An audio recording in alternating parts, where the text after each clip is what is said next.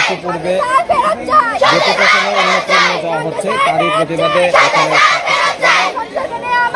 মানুষজন আটকে পড়েছেন।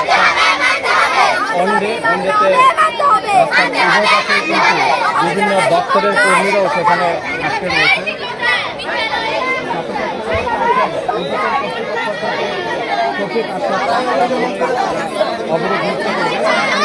কোনো আধিকারিক ঘটনাস্থলে উপস্থিত হয়নি, তাতেই কিন্তু মানুষের ধৈর্যের বাঁধ ভেঙে যাচ্ছে।